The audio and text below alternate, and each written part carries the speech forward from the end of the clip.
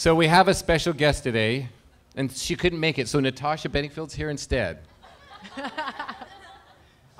So what we want to do is spend a little bit of time talking about the creative development and kind of the process that she's gone through as an artist, both in the early years of developing and what it felt like to go through, you know, tours and labels and all that sort of stuff. And so I'm going to ask her a few questions to get started, but this is really kind of an open forum. We put a mic right there, and when I change from chatting with her to opening up to you guys, and by the way, have you guys all eaten? Because you can just bring your plates out here as we're chatting if you want, okay?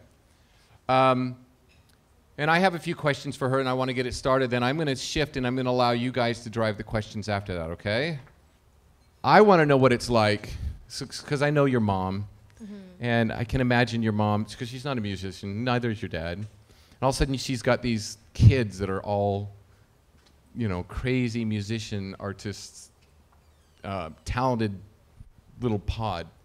So how does that happen? I mean, how does it happen that you guys all of a sudden find music as your passion, and how does it happen that you guys all end up on this level? I mean, I know a lot of families that sing, but not at that level. And how does that happen? Yeah, I don't know why, but actually there's 4 kids in the family and we all sing. And but my mum is really a good singer, and we grew up in a religious home. We grew up with church, so singing was kind of a very natural thing to do, a natural way of expressing your emotions.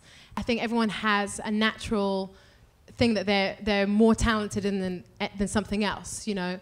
But I think that anyone can learn music. You know, I'm big on campaigning for music in schools. I've worked with VH1, Save the Music, and because I think that music is something that helps everyone, and it's a very healthy thing for kids to get into. Not to become famous necessarily, even at that stage in school. It's just about learning something very helpful for life, I think. But for us, I think Daniel was my biggest inspiration. He was a child prodigy. He honestly was like a little Michael Jackson, and he got offered deals all the time, and my parents would turn them down. Like, he just was this kid that could sing in tune at 2 years old and just make everyone cry. And actually, there was one time at Christmas, I don't know if you guys do busking out here, but busking is like Christmas carols.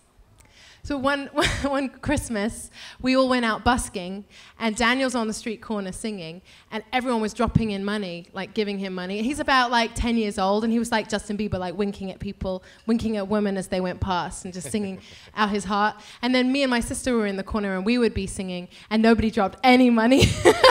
And I remember thinking, well, he's got something, you know.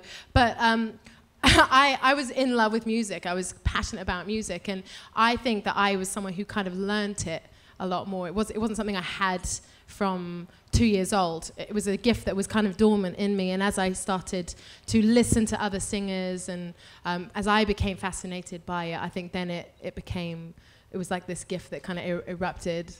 I got a pocket full of sunshine.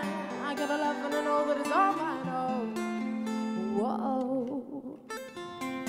Do what you want, but you're never gonna break me. Sticks and stones are never gonna shake me. Oh, whoa. I got a pocket full of sunshine. I got a love and I know that it's all mine. Oh, whoa. Wish that you could, but you ain't gonna owe me. Do anything you want, you can't slow me down. No. Take me away, a secret place, a sweet escape. Take me away to better days. Take me away, a hiding place. I got a pocket full of sunshine. Oh, and it's all mine. Oh, whoa.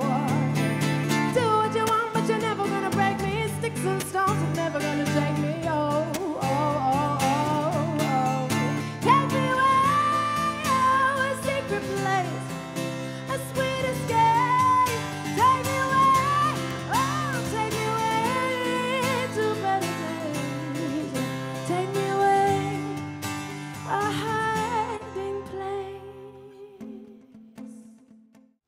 I think it was in church. You know, I remember this feeling of like, oh no, everyone's looking at me.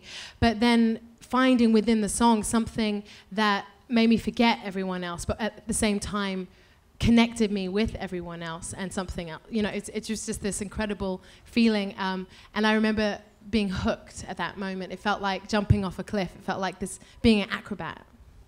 Just flying. Yeah, and it is like flying because you're kind of, you have to jump out. Well, not like flying, but like jumping out and catching something, or trusting that something's going to catch you, because you have to have full faith that you're going to hit the note.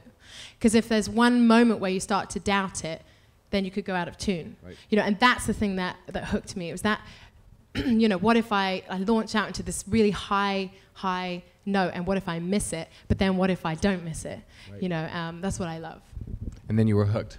Then I was hooked. And there was a moment at that time when you went, I can do this. I can do, this is what I want to do. Yeah. And how old were you? I was 12 probably when I first started singing. And then probably when I was 17, that's when I started songwriting. And for me, songwriting was a whole nother level. It made the songs my own. It wasn't about doing it correctly, you know, trying to sing Mariah Carey in the way that Mariah Carey sings. It was like this freedom I had when I started songwriting, because suddenly I could make the songs. I could make the songs and sing them how I heard them and felt them.